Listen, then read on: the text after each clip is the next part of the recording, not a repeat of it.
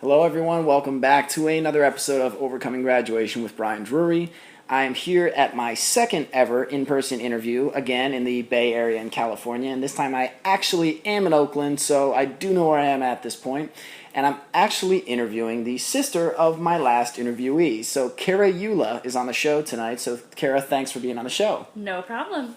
So Kara is going to be walking us through her story, which is going to take us on a journey that through college led to several different majors. Then she's going to talk about the different careers that she has gone through in her life and what she's learned about being, which right now has led her to recruiting. So I know a lot of recent college grads or people who are coming up on graduation want to learn more about how they can be more effective in interviews, how they can present themselves better and also be more genuine. So we'll be hitting on a lot of that.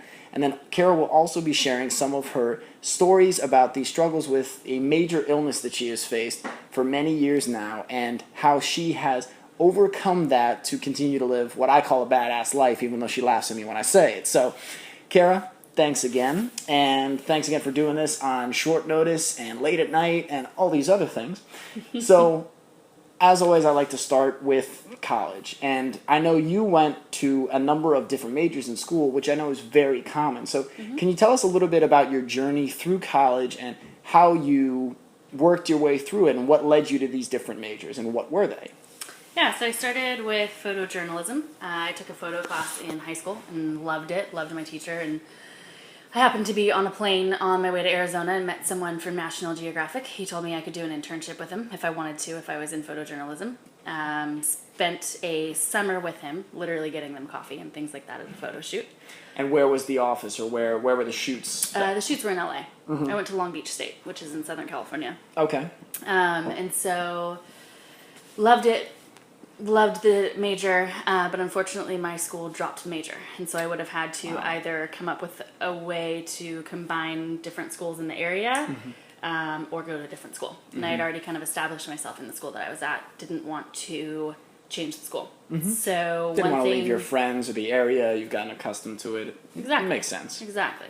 So one thing I'd always been passionate about was nursing. So I looked into nursing school. Got probably 3/4 of the way through all of my prerequisites. Loved it. I love anatomy. I love physiology. I love how the body works. I love that there's abilities to save people, essentially. And then from there, I went to, the degree is called Health Science Community Health Education. So essentially it was educating the community about health, whether it was, I did a smoking cessation program, I did HIV prevention, I did a lot of different programs with that. And so that was my final major. And that's ultimately what you graduated with the degree in? Correct. Okay. Yep. And so what I think is always very interesting is to see, one, the transition that people will go through. Because for me, when I went into college, I wanted marketing because I, again, had one class in high school. I was like, that's cool. I thought marketing and advertising were the same thing. I pictured just going out there and putting up these flashy commercials and billboards, and I thought that sounded cool. I get to college and people tell me, well, that market's inundated. And Penn State had the #1 supply chain program in the country. And I knew it was very process oriented. You get to travel, and so that was a big pull for me. So it's interesting just how that happens and how often, I mean, I know I did, when you're in college, you're terrified. You're just stressing, like, what if this is wrong? What if I can't make money? What if I can't pay my loans? And in reality, there's a billion ways to do it. And very often, in fact, I mean, I would love to see some statistics on it. You might know, but how many people actually end up doing what their major specifies once they leave school? Probably pretty low. So what was your first step or first job coming out of college? I had a really hard time finding a job. I actually helped my stepmom. She is a CFO at a construction company. So I helped her in HR just because couldn't find a job. And then just decided I wanted to find something on my own, whether or not it had anything to do with my major. So I actually became a nanny. I watched a 5-month-old boy and a 3-year-old boy when I started. Obviously, Who you love with all your heart, by the way. Who I love with all my heart, absolutely. Absolutely. And actually their mom was a recruiter. And so I was talking to her about, I had no idea what I wanted to do or where I wanted to go, and I had this degree, but I really couldn't do much with it. And she mentioned, you might be good at recruiting. And I looked into it, and I was like, I don't know what I could do in recruiting. And I happened to be at a barbecue with actually my brother and a bunch of his friends. And one of his friends from high school was a recruiter, and she worked for a healthcare agency. And this was, and you were living in Northern California at this point, right? Correct, yeah. Okay. I had moved home. And for just for the listeners, if you're unaware, and this was something I didn't know until pretty recently, but healthcare in California in general is massive. I mean, it's almost like the mecca of healthcare, I would imagine, in the U.S. And so all the major firms, all the major players are out here. So healthcare, it's kind of like when you hear about Silicon Valley to tech, healthcare to California is just massive. Mm-hmm. Yeah, absolutely. So she worked for a healthcare agency, and I had told her I was looking into recruiting, but I didn't really know how to go into it. And because I had the healthcare knowledge and background, she figured it'd be a pretty good transition for me. So I gave her my resume, and I interviewed and got the job. And that's kind of my leeway into recruiting. And I think I remember you telling me a bit about when you started out in recruiting that many of these people came from what was just strictly an HR background that go into healthcare recruiting. And so people weren't expecting you to have the background knowledge, the medicinal knowledge that related to what their jobs would be doing. So can you tell us a bit about what that was like doing this recruiting job? You know, how did you like it? What was the pluses and minuses related to this job? So this job, multiple things. The thing that I liked the most was just talking to people. It was kind of nice because I felt like I was still in the healthcare field, so I could use the knowledge that I had learned from, pre-nursing. I often was asked if I was a nurse by nurses who I was interviewing, or, I would interview echo techs or ultrasound techs or things like that. And because I knew the background. Echo tech is echocardiogram? Echocardiogram, so it's an ultrasound of the heart. Okay. And so they would often ask me, oh, are you an echo tech, or are you an ultrasound tech? So it was really nice. It was just able to connect, and I felt like since I was no longer in the healthcare field and couldn't be in the healthcare field any longer, it was a nice way for me to help kind of my kin, if you will, or how I felt, get jobs and find something that they would be passionate about. What I didn't like, it was an agency. So there was a lot of turnover. There were a lot of 30-day contracts. There were a lot of kind of recruiter eat recruiter, whoever could find the first person fastest. And so it was very stressful. It was very, very, very high kind of pressure points. And I would say overall, my boss was very difficult, very demanding, rarely gave compliments, if ever. I think in the 3 years I was there, probably got maybe 2 compliments. So just a very difficult working environment. But very much enjoyed connecting with the people and kind of being able to stay in the healthcare field, but not actually going to the hospitals. You know, what's interesting, too, that I find is that a lot of times, so someone has a major, has a certain degree that they're pursuing, and they end up changing, or they end up initially coming out of school and not doing something directly associated. But then later down the road, it ties back into their life. Like when I was talking with Ryan last night, he went through the music career, but his business economics degree in school ended up tying into his entrepreneurship and all these different things. So for the listeners, if there's anyone out there who's thinking, oh, my degree is a waste, or I wasted that money, that time, there's always a way to bring in the knowledge or the learning that you've acquired through that. But also the biggest thing is not what you learn, it's how you learn to learn, which may sound funny, but when you're able to open your mind to new ways of learning, to find out what works for you and then apply that in your life so you learn faster, more deeply, that you're able to encompass more topics, you can do literally anything. And with the internet at your fingertips, there's literally nothing you can't learn. So keep that in mind, because many people are graduating and they're like, oh, I have a liberal arts degree. There's no way I'll be able to find anything. And I've worked with plenty of people in business who are excellent at their jobs, who came from liberal arts backgrounds. So don't let your major define you in the same way that you don't let your career define you. That's just a piece or an aspect of who you are.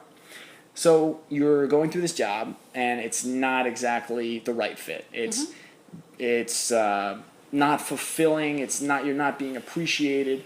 What I think is interesting is that you were still able to help people as a recruiter in a very, very direct, tangible way. Because in healthcare, if you let someone who's underqualified in, that's putting someone at risk. And I know you, and you would never let that happen. No. So we also had a lot of checks and balances. And for the listeners, like I said, I've known Ryan my whole life. I've known Kara my whole life. she is a badass, and she does not take any crap from anybody. So it's pretty funny because you get these people coming into interviews thinking they're just gonna steamroll somebody, and boy did they meet their match real quick. So Kara, so you were in this first role, and what was the transition to the next role, and how did you take those steps into the next job?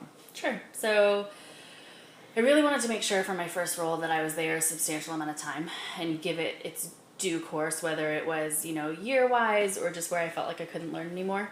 And it was kind of a mixture of both. And I was really fortunate in that I had networked over the years, and there was a guy that I became very good friends with, and he is very well networked, and he's kind of an advisor to startups in the Bay Area. He was the 5th employee at PayPal and grew PayPal to what it is now, which is over thousands of employees. Wow.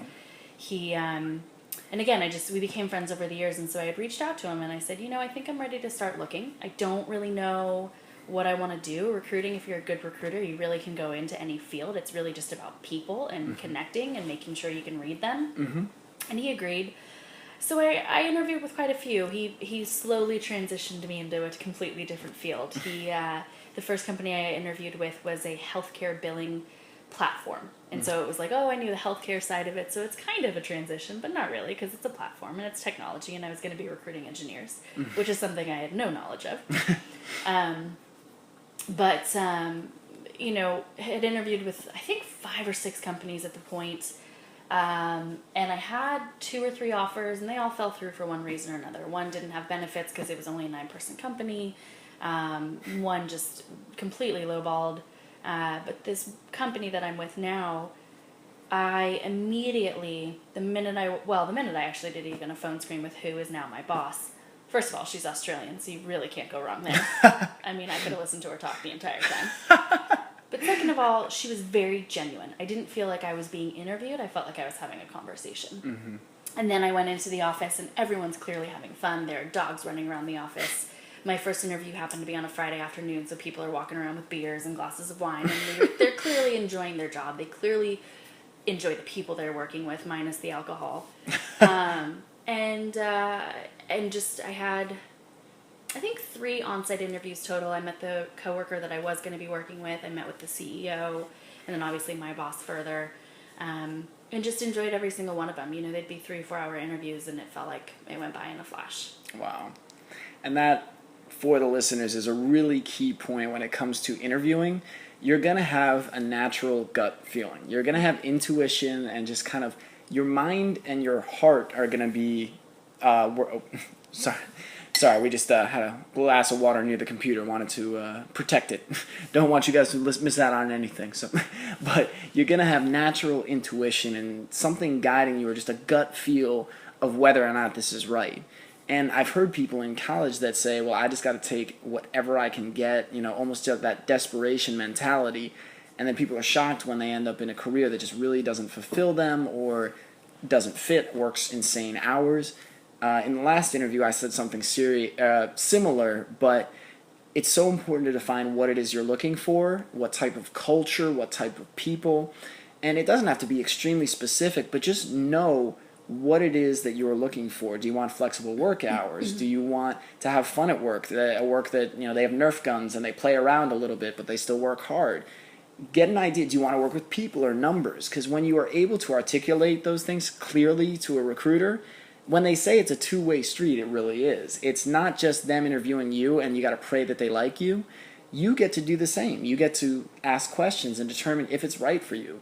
I interviewed with one company where I asked the recruiter if he was actually a mid-level manager, and I asked him, do you love your job? Do you wake up every day excited to go to work? And he said, no, but that's work and that's life and you have to get used to it. So I said, well, I didn't even get a call back because I tried to make a joke during that interview, and they looked at me, stared at me, and then looked down at their clipboards and started writing. But I had no interest in being there. I knew that if I went there, it was going to be that type of environment. And so just a little aside there. So, Kara, you started in this company, and can you tell the listeners a bit about what your company does and what your role is within this company? Yeah, so we do what's called native advertising. We're an advertising technology platform. So we are a technology company that just essentially is in advertising and assists advertisers. We help publishers monetize their sites, and we help advertisers, brands get onto premium publisher sites. And what's the name again of the company? It's called Share Through. Share Through. Yeah, Okay. and so native advertising, what it is, the clear definition is that it matches the form and the function of a website. So the best description I can do is kind of the Twitters and the Facebooks of the world, how they have the sponsored posts on their sites. Mm-hmm. So as you're scrolling through a feed, you see, a sponsored by, and it's like top 10 reasons your friend from high school will be your best friend from life, or whatever it is. Right. And it's sponsored by, I don't know, BuzzFeed or whoever it is. And you can click on it, you can scroll right past it, meaning that it's not disruptive, it's not like a pre-roll, it's not a banner ad, it's nothing like that. It's something that has content behind it. It makes sense for whatever site it's on. So if you're on Men's Health, it's going to be something, maybe REI sponsoring something, or maybe, the latest milk fuel or whatever it is. GNC or some Correct. Fitness supplement. Exactly. Yeah. And so it makes sense for it. But again, you don't have to click the little box, the little X in the corner. It's not something that's going to pop up and interrupt anything that you're doing within your feed. Mm-hmm. It's just something that if you want to read, great, it's sponsored by us. So native advertising is just kind of an unobtrusive way to give you ads that are relevant to you and relevant to the content on that site. Correct. Okay. It looks native to the site that it's on. Right, okay. And so my role within the company has even evolved. So I've been there 6 months now. When I first started, it was kind of, you're the business side of recruiting, and my coworker was the engineering and product side. Mm-hmm. We got to the point where we're at 150 employees right now. We're going to be well over 200. When I started, we were at 120. Mm-hmm. So in the 6 months, we've hired 30 people. I can't hire 80 people in a year. It's just not feasible. So I brought on 2 other recruiters, one to keep on the engineering and product side, and then one to help me on the business side. Recruited recruiters. I recruited recruiters. It's very meta. Actually, my engineer said that to me, and I laughed, and I was like, you are absolutely an engineer. It was hilarious. That's actually the only reason I just said that, because I never would actually say that in real life. Oh, and for the listeners, until my first job, I had no idea what meta was, and we heard about it in data, of course, because it's, we're talking about analytics. So metadata is data about data. So, and it's anything so meta thinking is thinking about thinking. So if you ever hear that, a lot of people say it really kind of, it's super meta. So then you can be like, all right, I know this guy is really not as fancy as it sounds. So that's just the context behind it. So I work primarily on sales, business development, and account management. Mm-hmm. So basically I'm working on all of the roles that bring revenue in for the company. Okay. No pressure. You're just responsible for every dollar the company makes, period. Okay. No big deal. Absolutely. Not really at all, but yes, it does feel like that at times. And so, can you tell us a bit, because before we just dig into the strictly recommendations and what works, what doesn't in interviewing, can you tell us a bit about what it is like being a recruiter? And I know we've talked a bit about the salesman type people and what types of things you run into. Can you tell us a bit about the good and bad you see in some of these, and just kind of maybe some of the funny stories that you've seen and things that people thought were going to work and it was just ridiculous? So I think every recruiter is going to have a very different perspective on what interviewing is like and what being a recruiter is like. My approach is very genuine and very much like having a conversation with anyone else. The main reason I do that is because I find that people tend to open up a lot, probably too much. So I've had some great interviews. I've had really great experiences where I have fought for people till the very bitter end, and they end up being phenomenal employees, and everyone's really happy at the end of the day, no matter how much flack I get. And then, vice versa, where I've thought, oh, this person's great, and they turn out not to be so great. So it's definitely taking hits or misses. As far as interview stories, I'd probably say the best interview I ever had was actually at this company, and she had been out of a job for about 2 years. She left to take care of her son, really wanted to get back in, was super intelligent, but no one would give her the time of day, because in media, and especially digital media and advertising, 2 years out of the business might as well be 10. Yeah, she had a 2-year break, and she's out, she's not going to be fresh, is the thought. Right, and so I really dug in with her, though, and I asked who her contacts were and who, she still chatted with, and that way, when I was pushed back on, because I wanted to push her forward, I was like, no, she talks to XYZ at this place, and kind of went through it. And so my hiring managers were like, all right, we'll give her a shot, but we'll see. Ended up loving her, and she's done a phenomenal job. She's been in the job for a month now, and has already made a few sales, which some of our people have not yet, even within 3-4 months. Wow. And so what were some of the key characteristics about that initial, let's even say that initial interview that stood out about this person to make you go, I'm willing to bet on you, or I'm willing to invest in you?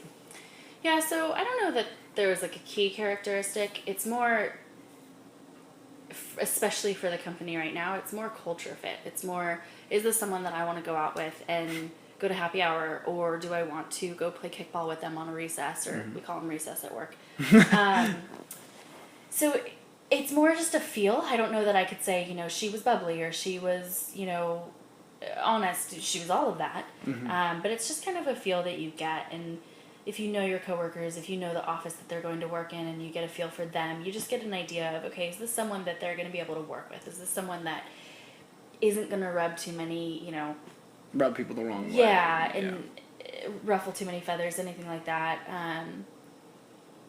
So, yeah, I don't think it's a characteristic. I think it's just in the way that someone comes across to you, and if they're genuine, and if you feel like, okay, I get a sense of who they are, and skill set wise, the hiring managers are going to dig more into that. There are certain questions I will definitely, figure out before anything else. But the main thing is really just making sure that there's someone that's going to come into this company, they know what they're doing, they have the background. Now, can you meld with everyone else within the company?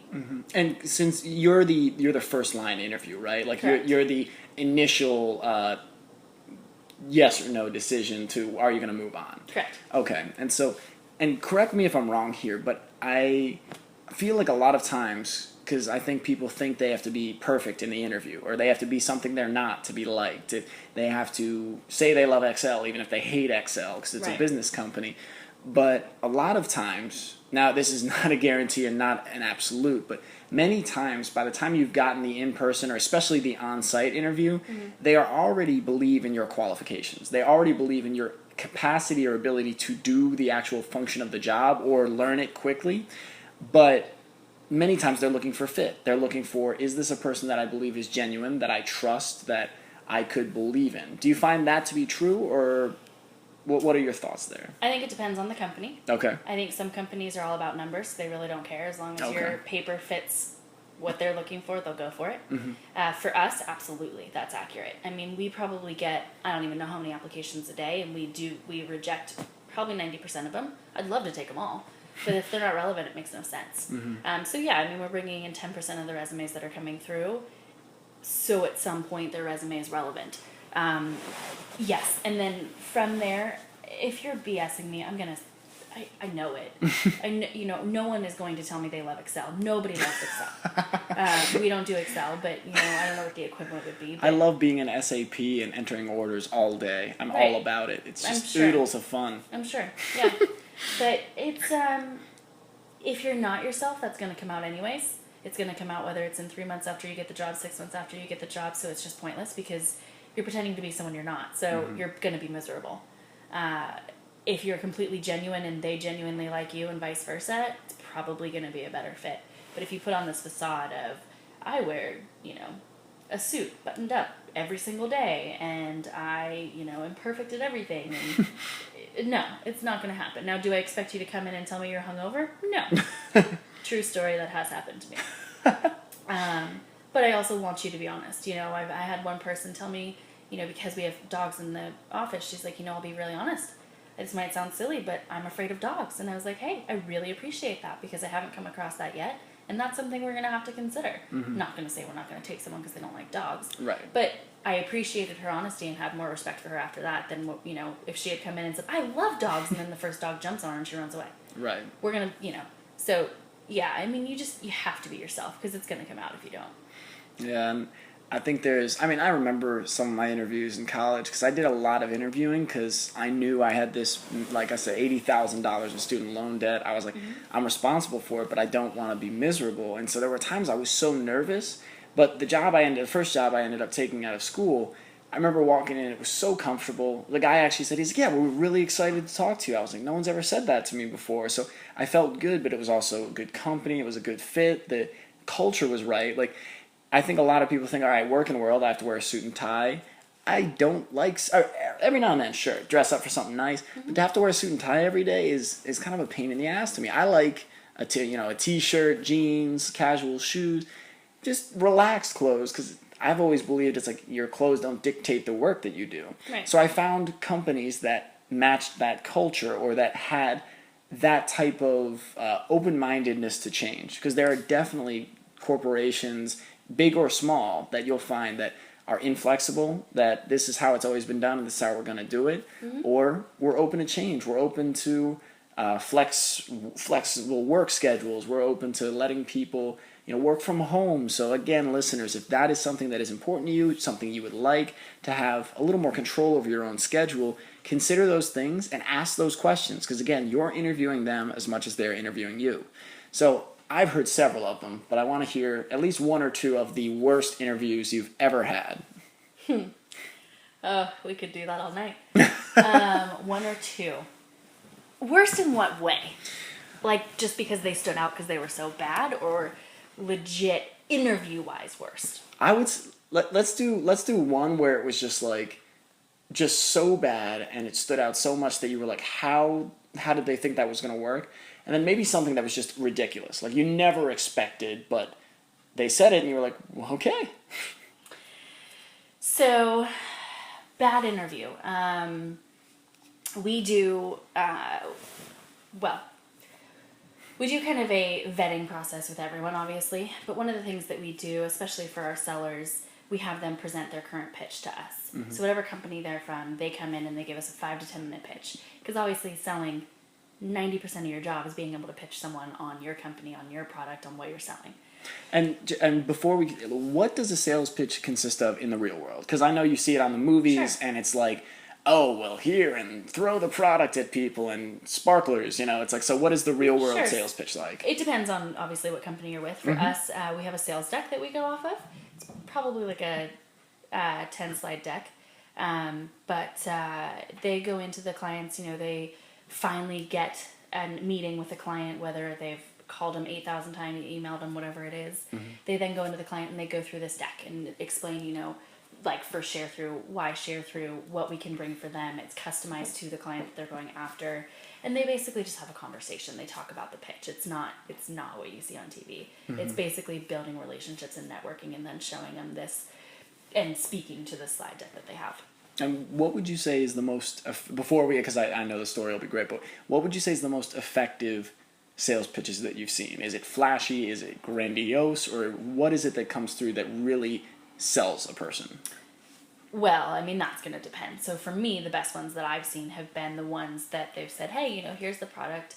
I've done the research on your company, and they've taken kind of a strategic approach to it. So I know, let's say Nike, for example, and this is not anything we've done, but let's say we're going after Nike. We know that they're focusing on women, and they're going after women 18 to 25. Well, hey, I did the research on you guys, and, we work with People, and we work with TMZ, and we work with all these different companies. So our reach is going to hit all these women that you're targeting, and here's why, and here's how, and showing them a solution. A lot of companies will come in and say, we're great, look at us, but they don't have a solution for the client. Right. We have a solution for this client, and therefore it's more genuine, it's more, it just makes sense. Mm-hmm. And so I find that if you come to a pitch and you just say, here's our product and we're great, you want to buy us? You're not going to get much. But if you say, hey, here's our product, here's how we're going to create a solution for you, here's how we can help you with your brand marketing or whatever it is. We have a creation, we have a solution. Mm-hmm. What do you guys think? How can we collaborate? It's a much different way to approach it, and you're most likely going to get something out of that.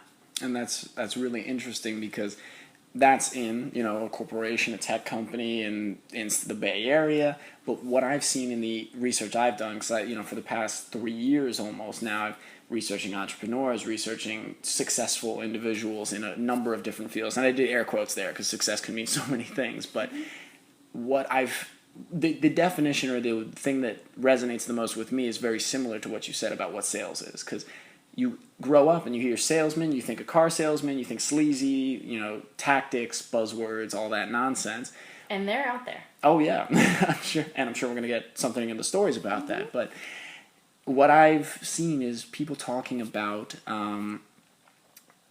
getting to know your customer so intimately, what their needs are, and then finding a way or a method or a process to fulfill that need better than anyone currently can, or in a different way. Mm-hmm. And so also what comes with that is being able to say no and saying, you know what, my product isn't right for you. My process, my coaching isn't right for you. So I think it's interesting that it applies both in the entrepreneurial, the web world, and all these, from the authors, because I just think that's a much more genuine way to go about selling you and selling your product. Mm-hmm. So now that we've covered the sales pitch thing, because I remember when you explained that to me, it was very different than what I thought. So, right. All right, so telling the story, so one of the worst ones. Yeah, so we had this guy come in. Phone screen was okay. It wasn't amazing. It wasn't one of those things where I was super excited about it. But he had the skill set. He had the background. So I was like, let's at least give him a chance. He walks in and he goes, well, I'm a hunter, so I really don't do a sales deck. I just go after. And he just, every other word that came out of his mouth was a buzzword. I'm a hunter. I'm strategic. I'm whatever it was. And by the end of it, I literally was sick to my stomach because I was like, you literally just went into a dictionary of sales and just picked out every other word and just threw it out there. None of it made sense at all. And didn't have a presentation for us. It was absolutely ridiculous. And you had explained to me, what is a hunter in the sales world? Because I didn't know this either. It's someone who essentially will go after leads. They'll call, they'll email, they'll do whatever it takes to go after and get a client and get them to at least get a meeting, essentially. Mm-hmm. Hunters are the aggressive ones. Hunters, gatherers just take all the leads that come through, but don't actually go out and go after them. The hunters are going after them and trying to get their prey, essentially, which is the client. Take down the gazelle. Right. Ridiculous interviews. So when I was working in healthcare, it's duly ridiculous, but this girl comes in, and I don't even remember, quite honestly, what the role was for. And I was training another recruiter, and she comes into the interview, and we're filling paperwork out, and I see something on her nails, and I can't figure it out, but I see, decal on her nails, which in healthcare you have to take the nail stuff off anyway, so it's kind of funny to me that she even had it. But finally, I somehow get a closer look at her hand, and on one finger it has the middle finger, a picture of a middle finger with the words "fuck you," and on the other finger, on the other hand, it has a $sign with the words "pay me" written on her nails. Fuck you, pay me for the job interview on her nails. Apparently. So I was like, you should probably go be a cashier. You should probably not work in healthcare. Or go stand on the corner somewhere, I'm not sure. Whatever your prerogative Whatever is. you want to do. I'm not here to judge. And I just remembered one of my favorites from you. I won't give it away, but there was a young man who was looking for employment, and he had a reason that he needed you to rush. Could you tell the listeners that story? Yeah, so he... I was still in the healthcare field. It was actually right before I left the company. And this guy, he was interviewing for a ultrasound tech job. Had just graduated school, actually had really good recommendations and everything. He said, hey, but I really need a job by, I don't know, whatever it was, August 5th or something like that. And I was like, well, I can't really promise that I'm going to be able to get you in, but we'll do what we can. Is there a reason you need to rush this? He's like, well, a felony is going to come up on my record after that. And I said, okay, what is this felony going to be for? And it was for insurance fraud in healthcare. So I very politely said, thank you for coming in, but please get the hell out of my office. I didn't really, but it was very difficult to keep a straight face and respond to him. But again, there are those instances, I think because of the approach that I take, I think they feel like they can tell me anything and that I'm not going to judge, and I'm not judging. It's just, I'm not going to hire you because that's just a retarded thing to tell me. Right. So yeah, I mean, people have told me some insane things, and they've really opened up more than they ever should. Mm-hmm. You should definitely open up. You should definitely be genuine, but do not tell someone you have a felony on your record coming up and say you need a job in a month. Yeah, and for the listeners, I mean, since graduation, my whole perspective on recruiting and the whole process has changed dramatically because I realized that when I was in college, I looked at recruiters as these kind of perfectly impartial people who were, just looking at the facts, and it was very just this really kind of pure process. And then I got out and started talking, I got into the working world, started talking to people who were doing recruiting. Mm-hmm. They're like, yeah, the guy's kind of an asshole. And it just clicked. It was like, oh, they're people too. It's like how much they like you affects it. And that doesn't mean be fake. That means be you. And if they connect with who you genuinely are, then that's a good fit. But it was just so interesting because like Kara said, be genuine, be honest, be you. But if you just got shit-faced last weekend and you went out and partied with your buddies and you woke up in a field with your shirt missing, maybe not the story to tell. They're not your drinking buddy. They are a professional contact. So keep that in mind when you're going through the interview. Mm-hmm. So before we wrap up with the recruiting portion, I definitely want to give the listeners some real tangible advice from a professional in the recruiting field. So what would you say are some of your absolute, I know we've touched on some things, but what are some of your absolute do's, absolute don'ts, and just some general advice on what you would tell somebody who's, let's say they've got an interview tomorrow. What would be the things you would tell them? So, absolute do's, have questions. It is one of the worst things you can do to go into an interview, and don't say, oh, well, you answered all my questions already. No. Have questions. Whether it's, great questions are, where do I fit within the organization? What do you hope to get out of this organization? Why have you joined, the company? Things like that. Things that show that you're interested in the company. Things that show you're interested in the role. They may have touched on it. They may have answered some of it. But have questions. Even if it's like, do you have catered lunches? Who cares what the questions are? But show that you're interested and show that you've paid attention. Maybe ask a question. Maybe they had mentioned, we're in London. Great. So remember that, and then have a question. Hey, you're in London now. Are you planning on, expanding further internationally? Somehow connect what you've interviewed with and have a question at the end of it. And have some prepared already. Right. And I was going to say, too, for the listeners, if you're like, well, how do I come up with a good question? One of the easiest ways is research. Because don't ask questions you don't care about, because that also will come through. But if you ask questions that you're genuine, so say, like my example, I spoke Spanish. I really wanted that to be incorporated. So I would ask lots of questions about, I see you're an international company. Are there opportunities for young professionals to work abroad? Is there going to be travel in my current role? Is there the role I'm interviewing for? Find things that you're genuinely interested in and base your research around that. So the questions that you ask are relevant. They show you've done your research. They show you're paying attention. And they show that you care. You're not just going to take the first thing that comes along. All right, so. You stole my next one. My next one is research the company.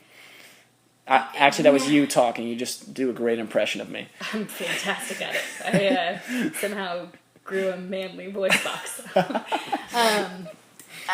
Research the company. That, I cannot stress that enough. Even if they never ask you one thing, you never, ever know. My CEO, when he interviewed me this time, he said, so what do you know about Share-Through? I could have dropped down on the floor and died because the CEO was asking me about his company. Now, I had done a ton of research. And I didn't want to be that person that was like, oh, well, buzzwords, because I hate that person. Your ROI is this. You have this much sales. Correct. And so I just genuinely said, hey, I looked at your website. I see native. I see it all the time on Facebook. When I'm scrolling through, it makes sense. I don't know advertising. I know nothing about it. But I get where you're going, and I get what you want to do. Just the fact that I had an idea and a concept, especially talking to, the person who actually created this idea, it's so key. And it shows, like you said, it shows interest in the company. It wasn't just like some other company you applied to. Often one of the first questions I ask people is, why Share-Through? Most of the time they can't answer it. Or they'll just say, oh, it seems like a really innovative company. Well, that's awesome. That's true. But you could probably say that to any company, realistically. Right. Number 3, we've touched on it, but be genuine. Don't come in, they may ask you the bottled questions. They may ask you the 3 strengths, 3 weaknesses. Try to be genuine with that. I don't ask those questions. I kind of think they're pointless. I really genuinely I've said genuine like 8,000 times. Be genuinely genuine about being genuine. Really mean genuine. But, I like to have a conversation with someone. I want to know what they want in their next, position. Because if I can't fulfill that for them, or my company can't fulfill that for them, I don't want them to come here. It'd be terrible. I wouldn't want to go into a company if they made me all these promises. So don't BS us and we won't BS you. Right. There are recruiters out there that will. I'm never going to say everyone's perfect. But for the most part, especially now, kind of the newest movement is, here's what we can offer you. So you guys should do the same. Tell us what you can offer and maybe what you can offer. Maybe tell us what you want to learn. And as you're doing research, if you see, hey, maybe you're applying for a marketing role, but you'd love to get into PR or something like that. Hey, I'm not there yet, but I would love to sit under someone while I'm doing all my marketing jobs. I'll work extra hours. I want to know what PR is about. Just show some interest in movement and career growth. Don'ts? Oh, can I build on one thing that I don't you know, said? can you? Because no, okay, I'm gonna leave now. No, so there's one thing that's a don't that you reminded me of that a person I knew was a recruiter told me that. So because you brought up the 3 strengths, 3 weaknesses question. Mm-hmm. So for the listeners, there are some of the most generic questions ever that will come out in interviews. It's 3 strengths, 3 weaknesses. Many companies use the STAR format questions now, where it's tell me about a time when you blah blah blah, and you're gonna want to have an idea of what your response is going to be for these generic ones if they come out, because you don't want to just be caught dead in the water. It doesn't mean you have to have a perfect memorized response, because that will come through. But in the 3 strengths, 3 weaknesses one, not just one, multiple people I talked to, or recruiters, told me, for the love of God, don't do the spin a strength into a weakness thing where, oh, all right, 3 weaknesses. Well, I care too much. I work too hard, because it's like one of the biggest, like, say you're going on a date and you're talking to somebody and they say something that just immediately shoots up a red flag, and you're just like, maybe I gotta go.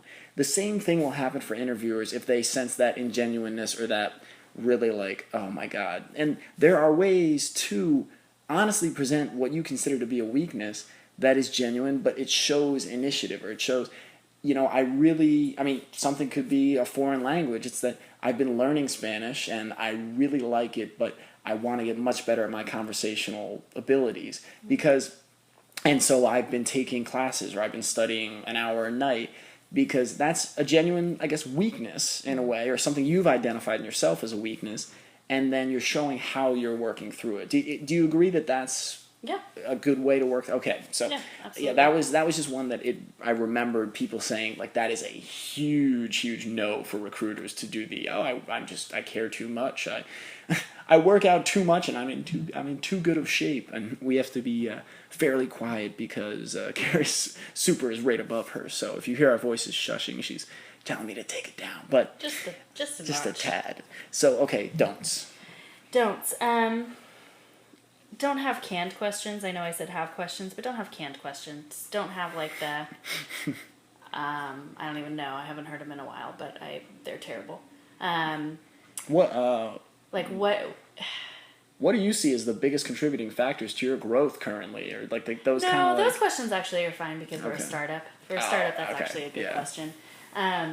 Not like you should know, what they're hoping for in a company, but never, ever, ever, ever, ever, ever, ever ask someone, so what do you think about our interview? Or how did I do?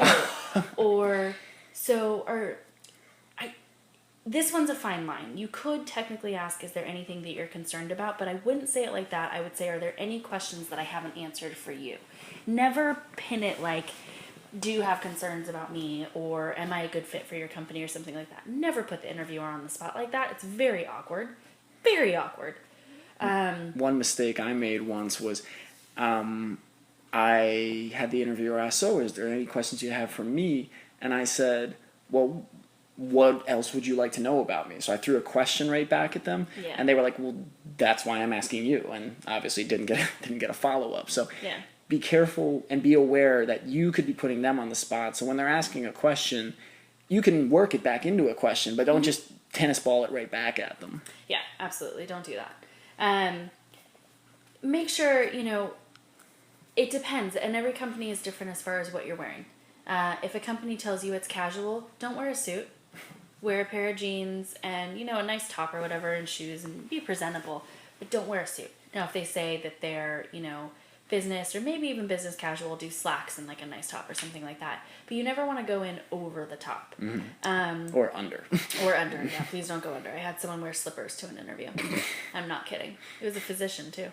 Oh my God. What else? Don't reveal too much. Don't tell them, that you have 3 kids at home and you have to do daycare and you have to figure it out and all this stuff. They don't need to know that, because it's going to be, and it shouldn't be an issue, because we can't ask. We can never ask if you have children, how old they are. We can't ask those things. It's not legal. But if you divulge that and you tell us, it's going to be a decisioning factor, and it shouldn't be.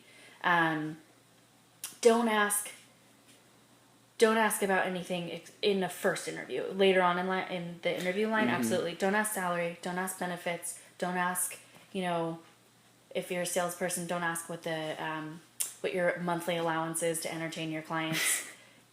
Don't ask those types of questions. I know it's going to be important. Ask that in the third interview. Most likely they're going to bring salary up because they're going to need to know if they can even pay you.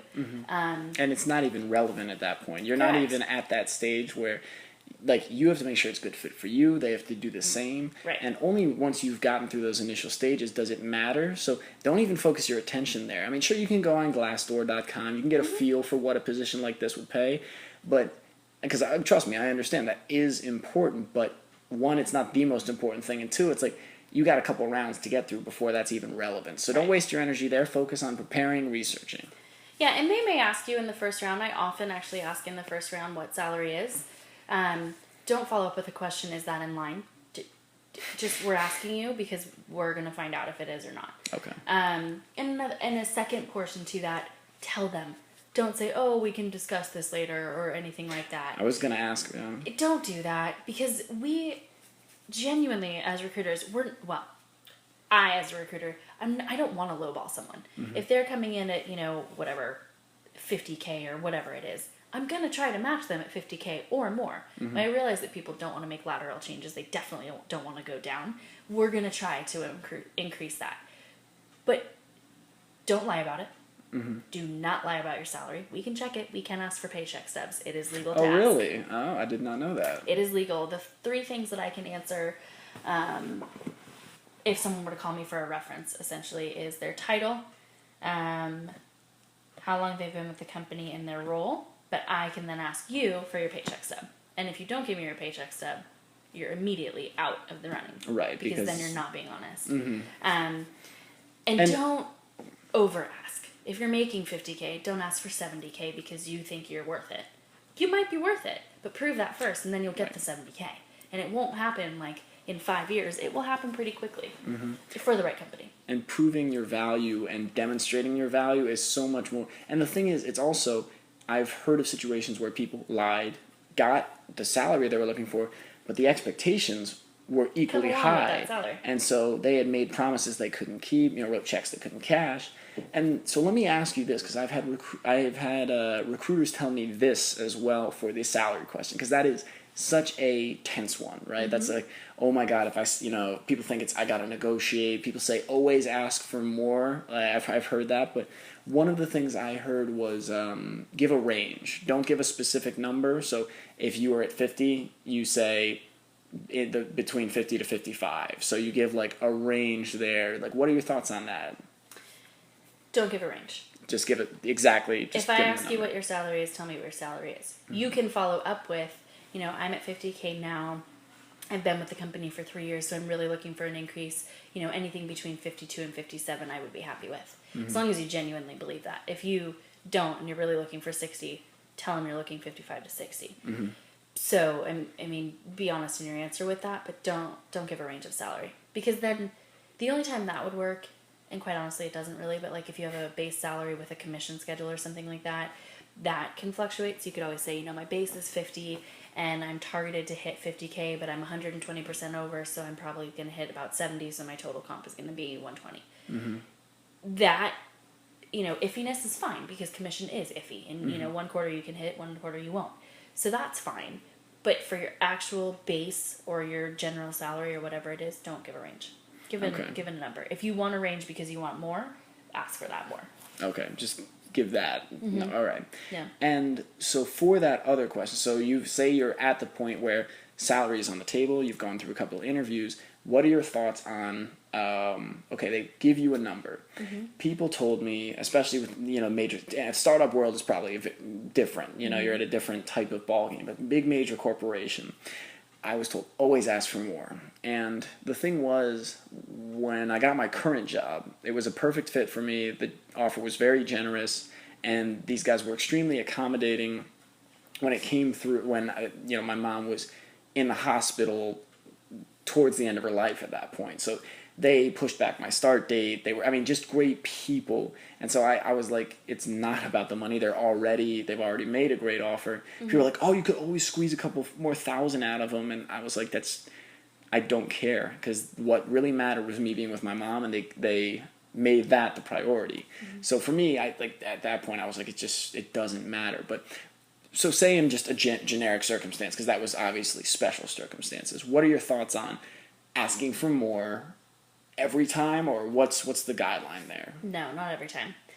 You got to remember that you're coming into the company, and how you negotiate and how you accept and or deny an offer starts from that. That's the start. That's the start of your career. That's the start of your new job. It's all of that. So if you come back, now if they give you an equal offer and you're going to make the exact same, absolutely. You can always come back and say, hey, you know, I really appreciate this, but I'm not looking to make a lateral move.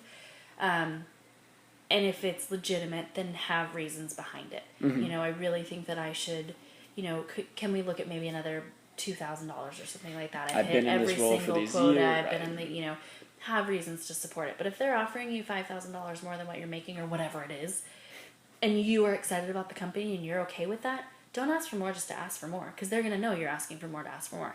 I always know that. If I offer someone, you know, what their base salary is now, and then I offer them a $10,000 commission afterwards, that's $10,000 more. Even if you don't hit that, it's at least $5,000. You know, you're hoping that you're going to hit 50% of your goal. You should accept that. You know, and I'm not talking from a recruiter standpoint. Like, my company made me a very generous offer. It wasn't, you know, leaps and bounds over what I was making, but same situation. I was very excited about the company. They were all very generous. They were all, you know, very open and honest about where I was going to be. So I was like, yeah, no, I'll take it. No negotiation. Could I have? Absolutely. I could have easily gone back and asked for more. But again, I didn't want to start with my company knowing that I squeezed an extra $2,000 out of them just because I could. And if you get in there and kick ass the way they expect you to, that money will come, and it'll probably come a lot faster and a lot greater, because they're saying we invested, then you accepted enthusiastically and genuinely. Correct. So all those things came as a result. So that's great, because I think we've really hit on a couple keys, and I know we're getting towards time, and I know we both need to get to bed, but I'm just me. You're like, oh, I'm fine. I'm like, I need to get sleep. But I don't sleep. There's a big difference. Well, there you go. She recruits all night, and she reads resumes. But if I'm not sleeping, I'm not going to lie. Sometimes I do. Or what I'll really? do Oh is... my God. Well, it's only... Actually, I sleep much better than I used to. But workaholic. I enjoy it, because it's kind of like the search for me. And so sometimes I'll go on LinkedIn and I'll save profiles, and then I won't email them in the middle of the night because that might scare them off. So I'll email them the next day. I do that. So Kara could be searching you. So make sure your LinkedIn is updated. And actually, that is... Also, LinkedIn pictures. Oh my God. Please, dear God, make them professional. I had someone apply today. I'm not kidding. I had someone apply today, and his LinkedIn profile picture is him holding a cigarette in one hand and talking on the phone on the other. That was his LinkedIn profile picture. Are you kidding me? Well, he's like super cool. He's going to bring the coolness quotient up in that office. No, he's not going to come into the office. So don't be wearing your fishnet mesh shirt with your rave glow sticks? Nope. No? Okay. No, not appropriate. Gonna have to take that down. Not appropriate. But in this world, guys, that actually, I'm glad we hit on LinkedIn. LinkedIn is huge. Also, LinkedIn is more important than your resume. Yeah. Yeah. I will tell you that right Really? now. I will. If someone submits their resume to me, I immediately go to their LinkedIn. I like how I said, yeah, like I knew, and then I was like, she's the expert, what am I doing? But that is what I've heard. But it's your digital presence, your social presence. And again, guys, put your Facebook on private. You know, there are people, they are going to Google you, they're going to Facebook you. All they need is your name, and then boom. It's like, so if you have Facebook pictures of you smoking pot, they're going to see it. And for the love of God, don't put it as your profile picture. That I've seen that at my own job.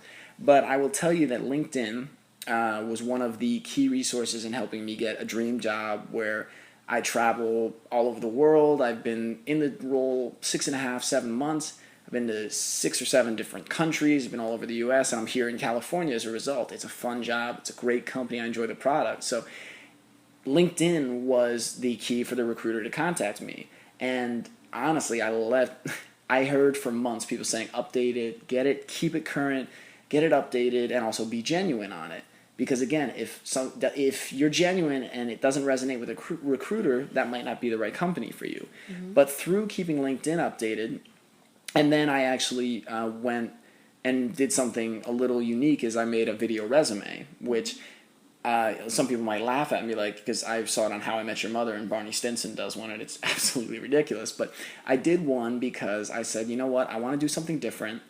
these companies are getting thousands of resumes a day, and it's just the same stuff over and over. So maybe this will be something that differentiates me. And I also, like many of the listeners, I think will feel, I didn't feel like a paper resume captured who I was or what I was about, what I was passionate about. So I created a video resume and put that up. And was it the day after? So after months of procrastination, I finally do it. The day after, I was contacted by Google and ended up getting 2 final rounds with Google. I flew out to the Googleplex and went through the whole shebang. And so I'll be doing later podcasts talking about that experience. But the number 1 company to work for in the world contacted me the day after I updated it. So guys, if you're sitting there, if you've been thinking about it like I was, get it done because it'll make a huge difference. And then the video resume actually ended up being an integral piece in me getting hired in this job because it showed just a different perspective. It was something new and something they were excited to see because it was genuinely me. If I had faked and gotten here, like you said, sooner or later, truth would have come out. All right, so this has been great, and I'm sure I'm going to bring you back for more recruiting stuff because that is a huge, huge topic with college grads, and I love talking to you, so you're going to have to deal with me more. But what I also want to get into is the illness that you discovered that you had several years ago, correct? And so when you found out about it, what it is, and how it changed your life and what you've learned through it. Yeah, so it was about 2 months before my 21st birthday. I like how you say several years ago. It makes it sound a little extreme here.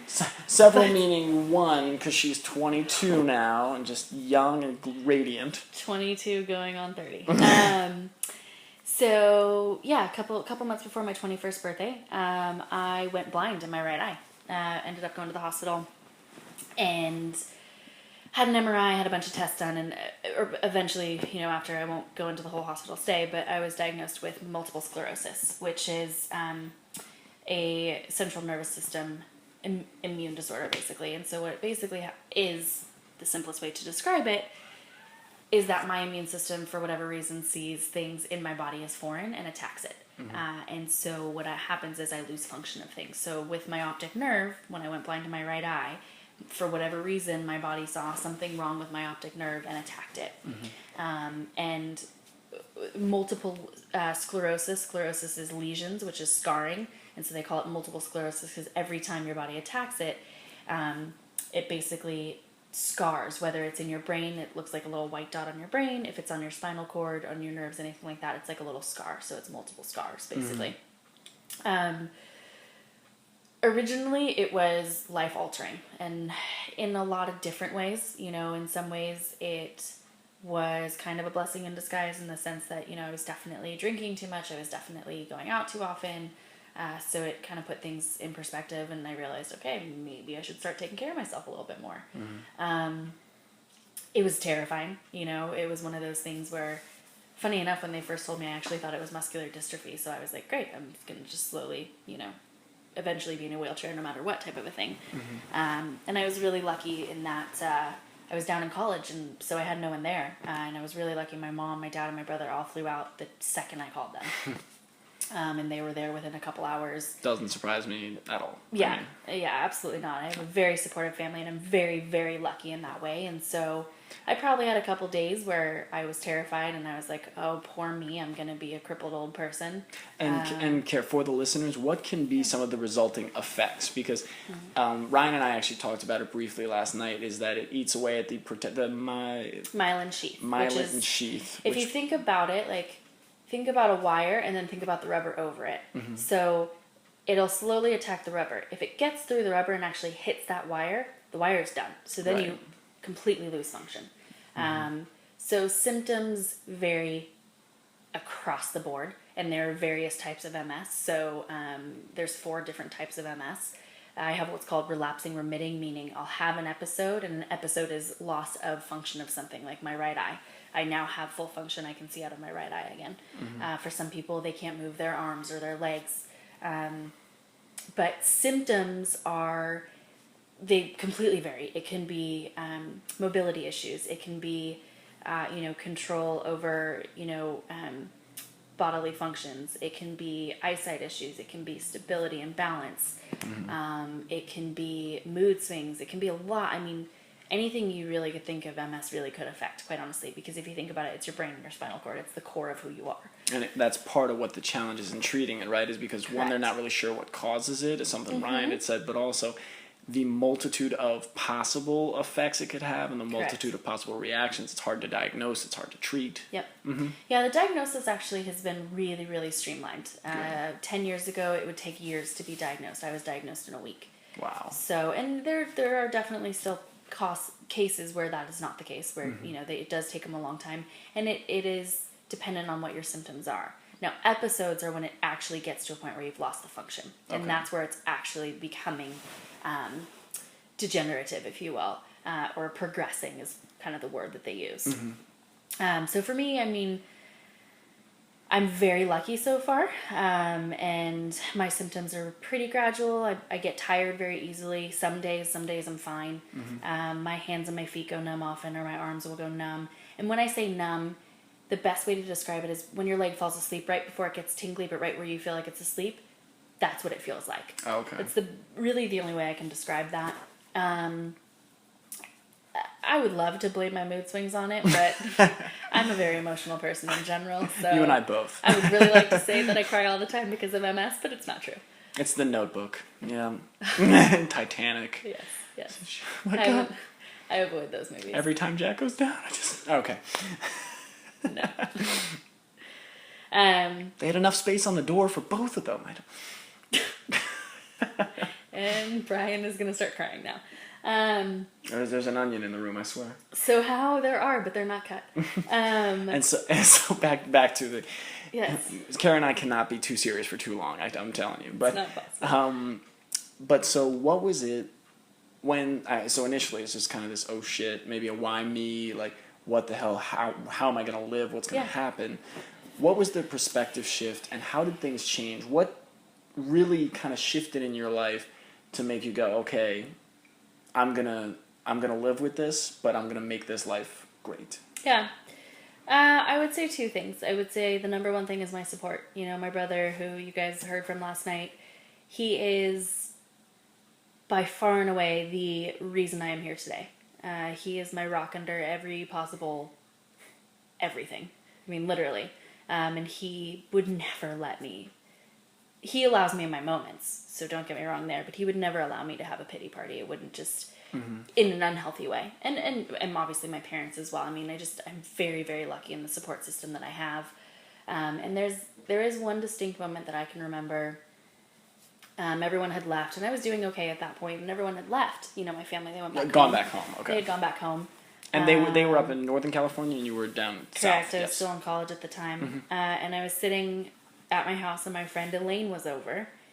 And I started crying, and I was like, what if I lose function in my leg? What if I can't walk? And she goes, we'll get you a peg leg, and I'll get you a patch, and I'll call you a pirate. And I laughed so hard, just like you are. I haven't heard that one. I literally fell on the floor and laughed for probably a straight hour. And I realized I could sit there and I could worry about it and I could freak out, and something might happen tomorrow, and that it's very feasible that could happen. So I'm done stressing over it. There are days, don't get me wrong, I am not perfect by any means. There are days where I freak out and I think I have everything known to man. But I finally realized that, I could be in a wheelchair, I could help out that, but I'm still gonna have people that love me. I still have my friends, I still have my family. So if that's the worst that happens, I'm still here. And you're still you. That's correct. It doesn't affect who I am as a person. I have MS, but I am not MS. It doesn't define who I am. And so I started getting proactive. Ryan, my brother, he joined the MS Society up in San Francisco. I was still obviously down in LA. So I joined they have an MS bike ride. It's a 100-mile bike ride. And so I volunteered. And I probably cried the entire day because all these bikers are coming in and I'm feeding them food and I'm thanking them and they're thanking me. And I'm like, no, I have MS. They're like, well, my mom has MS. So I'm thanking you. And it's like a competition of who can thank people the most and who loves, and supports people with MS the most. And I just remember thinking, this woman has MS and she's biking 100 miles. So I'll be fine. And it was very, very rewarding, and it was also comforting to know that don't get me wrong, there were the people there in wheelchairs and it was hard to see that, but I realized that I could sit And I could go to these support groups where they all just sit and bitch and moan and complain about how hard their life is, or I can go out and live it. You know, I have been skydiving 3 times now. Me and you, was it 2 days ago? 3 days ago? 3 days ago, Brian days ago. joined me on my 3rd jump. Oh my God. Where I got to do a barrel roll. Thank you very much. I did a backflip out the door. Mine's way cooler. Which I didn't expect. Mine's way cooler.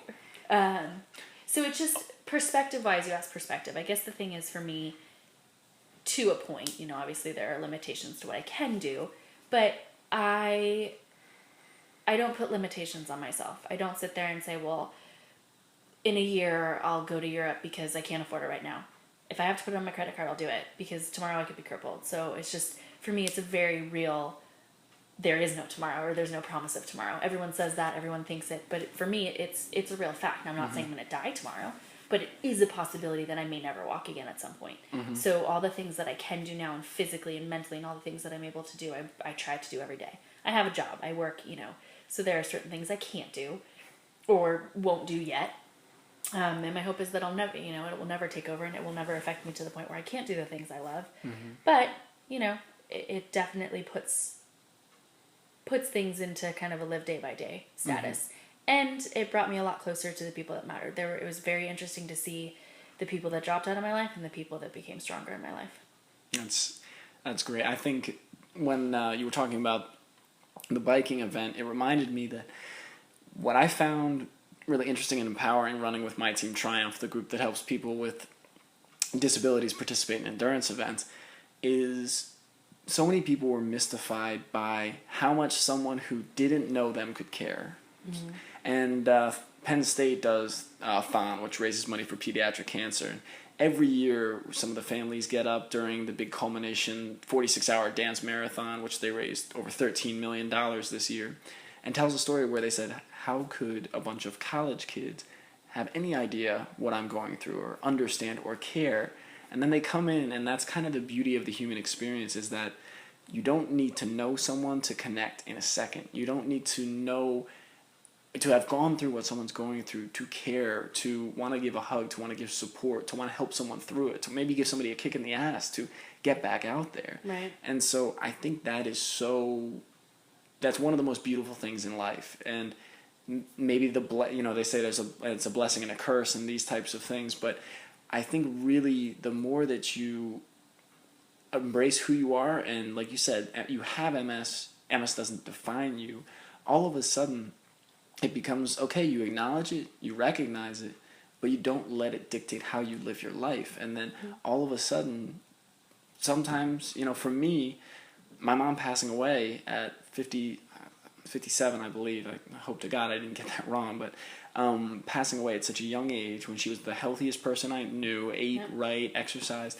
it was a very real reminder that there are no guarantees. And so you would never hope for it to happen, and you would do anything to change it, but since you can't, you say, okay, you know what, let me use this as a reminder. And that's why when you said let's go skydiving, I've always wanted to do it. Yeah, it scared me a little bit, but I was like, let's go. And it was one of the best things I've ever done. And so I think that is kind of the power in these challenging experiences, is that one, it allows you to connect with more people, but two, it just reminds you, hey man, there's no guarantees. Stop wasting time. Book the trip to Europe. Stop saying you're going to do it next year. Book the skydiving trip. The only reason it happened is because Kara said, let's look up times. So on top of... I didn't give you much of an option there. Well, you know I wanted to. So... Well, the reason you went skydiving the first time was because it was a cute Australian guy and he had the accent. So don't give me this, oh, well, I'm just a badass skydiver. It was an Aussie just talking you up, and you said, yeah, okay, whatever. But I went. But you went. And I continued to. And you brought him coffee. Yep. Yeah. Anywho. But, so you also did some different things, learning about, how we just go like, all right, I'm back in. You also did some different things with diet and exercise, and you learned about your illness I guess, one, take the power away from it, but two, empower yourself to do things that would allow you to continue to live the way you wanted to, or live even better. So could you talk a little bit to that? Yeah, so I was on medication, and medication for MS. There are some new ones out there. They're kind of trial, but most of them are shots. And I was on them for 7 years, and I won't go into all the side effects, but essentially I was just done with the medication. It was just a point where I just, if I had to give myself one more shot, I was going to scream. And I didn't care about the shot. I actually kind of thought it was fun because I was like, ooh, I wanted to be a nurse. I'm giving myself shots. Sounds really weird, but it's true. I cared about that I was putting this chemical into my body, that I'm only, 28 years old, and there's no long-term search of this because the medicine's only 15 years old or whatever it is. So it was one of those real moments where I was like, I could be 60 and I could have more problems because of the medication that I'm on than I have with the MS. It stops your immune system. And so, the thought of, very real to a lot of people, cancer and things like that. So I did a ton of research, and I found a neurologist who was all about no medication, but very, very strict diet guidelines. I won't go into all of them, but it's no processed foods. Zero processed foods, no gluten, no dairy, no processed sugars, anything that could cause inflammation, anything that could cause my body to take a second look at what I'm putting into it or how it's processing. You take all of that off the table, your body doesn't really have much to look at. It's like, sweet, everything's good and good, we're good. And so I am now off medication. I've been on the diet for a year and 2 months now. So that's kind of the diet. The exercise, one of the, sayings of the MS Society is keep moving. That really rung true to me, because if I keep moving, and even if I do become crippled and something happens, if I can move my toes, I will move my toes. You know what I mean? It's just keep them going and keep them active and keep the muscles, muscle fibers tearing and regenerating, things like that, so that if something were to happen, hopefully either I regain it quickly, or it just never happens because I'm in constant motion. And if I stop, one of my fears is that it will stop for good. So it's a very, very, very big motivation to continue to move, whether it's spin class, whether it's weights, whatever it is. I did a boot camp class for a year that I loved. So it just depends, but it's definitely a big part of kind of my routine, if you will. And I think that is it's such a great message for people, because so often we say, we use every excuse in the book. And I mean, I know really fit people that do it. It's like, I've done it in plenty of situations. Don't have time, don't have space, the equipment, whatever, you name it. We've all said it. But in that same way, like you said, you didn't want to just go to the pity party and go to the support group that wasn't about support. It was just about justifying why life sucked. I've found ways to embrace this and found ways to have a diet that works for you, have an exercise plan that works for you. And so I think that's such a powerful message for people, because you didn't say, I have MS, I can't work out, it's dangerous. You said, I'm going to work out so I can live. And so everyone can do that no matter what their circumstances. And I've seen people in my team triumph with mental and physical disabilities who have amazing workout regimens, who work out more than most people I know, and they don't have function in their legs, or they can't run, or they have what some people might call limitations, and they just call, hey, that's part of who I am, so I find something that works. So that is fantastic. And one more thing before we wrap up, because I think we've hit a lot of the key things. Yes, I am tired, but I love talking to you, so we could go all night, but I think my boss might be a little concerned if I was just sleeping in the middle of a meeting. No, it's totally normal. But for anyone, so maybe someone knows someone with MS or is currently battling it themselves, what is this doctor's name, and is there any research that they could look up? No, okay, so there's not current. Oh, sorry. He's going through a process right now, and copywriting everything. So once that is done, I can share that with you. Okay. But I can't share it right now because he's going through the copywriting process. Okay, no, process. totally respect that. And and we'll even do an episode on that once it comes out, because hopefully that'll. I mean, the podcast actually just last night broke 1,000 downloads. So congratulations! Thank you. So it's really exciting. It's continuing to grow. I made a promise to the listeners that once I broke 1,000, I would do 7 days of episodes. So I have to. That'll be a week coming up. But hopefully, as the reach grows, more people will be impacted. So beyond that, so we can't talk specifically there. If anybody's dealing with MS and wants to learn about how they can kind of take some of the steps you've taken, what are some of the best resources you've found?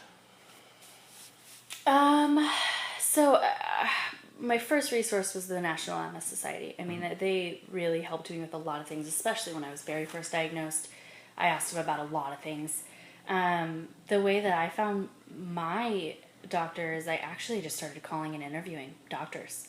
Because they'll have profile lists and things on there. So I would go to Rate My Doctor, and I would look through. I'd scan 25 miles within my within my zip code radius, and would just start calling them. And if it said anything about like looking for alternative ways or anything like that, I'd call and I'd say, hey, I'm looking for a new neurologist. Do you mind if I just chat with you for 5 minutes? I want to get a good feel. I want to get a good fit, and that's how I found my doctor who I have now.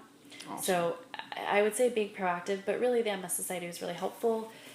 If you're looking for kind of a more natural approach, it's really going to have to be on your own because it's not very highly regarded right now, or very popular, I should say. And it's very new. And it's very new. I mean, there's, I'm a year in, and I was fine before, and I'm still fine. So there's nothing that I have to compare it to. So, yeah, I mean, I would say just do any research you can. Don't go on WebMD. Yeah, it's a terrible, terrible tool. Oh my God, I remember I had a stomach issue in college. My girlfriend at the time, or no, soon to be girlfriend, went online and WebMD'd. Okay, so you had an upset stomach, you were throwing up, and okay, and you said you had some even lower abdominal pain. Okay, ringworm. You probably have ringworm.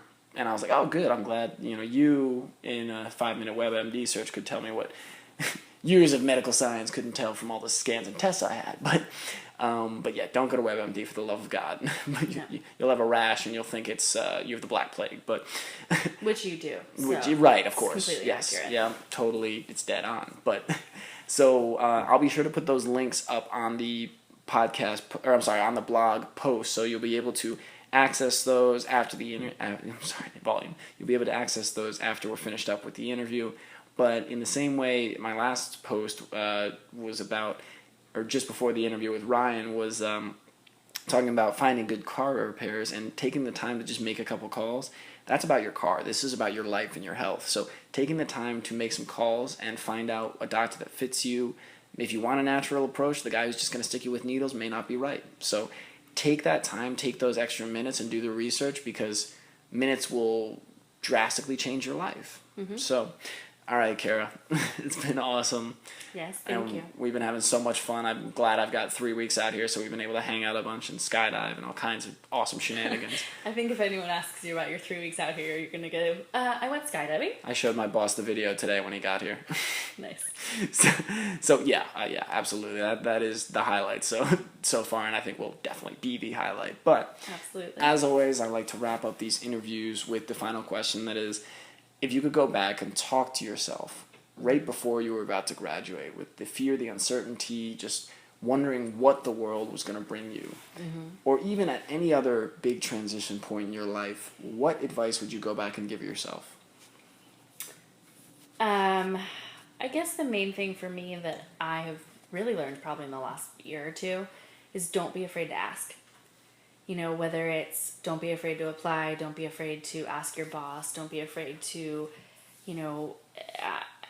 ask anything, or maybe you meet someone on the street and you want to know, where they got their jacket. Don't be afraid to ask people questions, because 9 times out of 10, they're going to want to answer it. They're going to want to be able to tell you, and if you don't know something and someone says something, ask them what it means. It's not going to be a bad thing. You're not going to look dumb. You're not supposed to know everything in the world.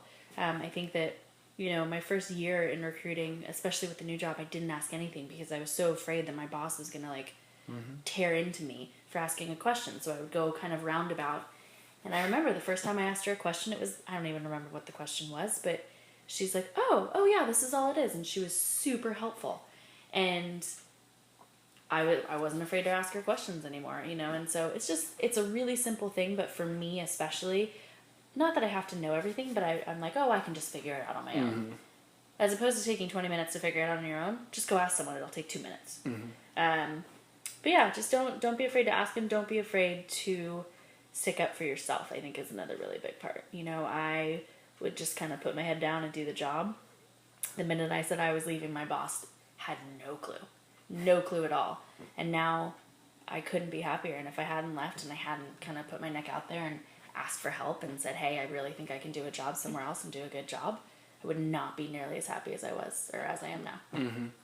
I think my parents have always, my dad in particular has always said to me, don't be afraid to make it known what you want, because you'd be amazed how willing people will be to help you once they know what it is. Yeah. So if you want to be a writer and you keep telling people you want to do an Excel specialist job, people don't know about what it is you truly want. So by putting it out there, that doesn't mean you're asking for a handout. That doesn't mean you're asking for somebody to just give you something. But when you put it out there, people might go, actually, I know a recruiter in a publishing house. Maybe I can put you in touch. You'd be amazed. Just make it known. And another thing you said, don't be afraid to ask.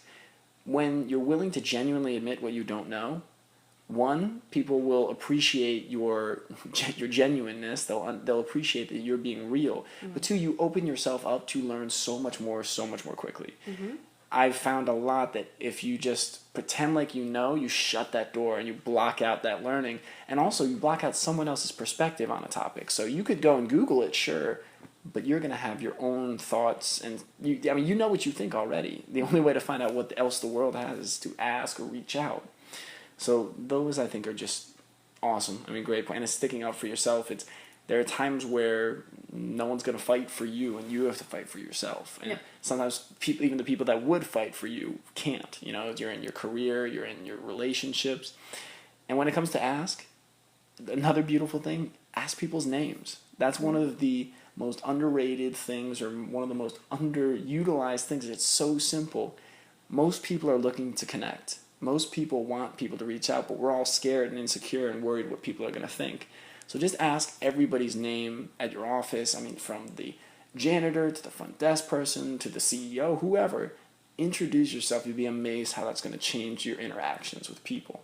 Mm-hmm. So, Kara, thank you, Brian, so much. You are very welcome. This has been awesome. Anytime. And maybe not at 9 o'clock at night, 10 o'clock at night next time. Maybe next time. Hey, I had to get the in-person. I had to just grab you when you were available. So that's true. And hopefully not wake up. You're super above us. So, but this has been so much fun. And thank you again. I love you. This is just awesome. Kara's like my sister, so if anybody messes with her, you better watch out, because me and Ryan will come find you. But and to wrap up on that note, all of the links from the show and notes about what will be the content of the show, what you can find out more about the various things that we've discussed, will be put up on overcominggraduation.com. If you have any questions, any concerns, anything that you would like to know more about, or any comments you want to give on the show, you can reach out to me at Brian@overcominggraduation.com. Thank you guys for listening. As always, we together have broken 1,000, so thank you for listening. I love you guys for it. And let's continue to share and get the good messages out there, and tell your friends about Kara's story, because I know there's so many people it can help. So thanks again, Kara, and Absolutely. Have a good night. You too.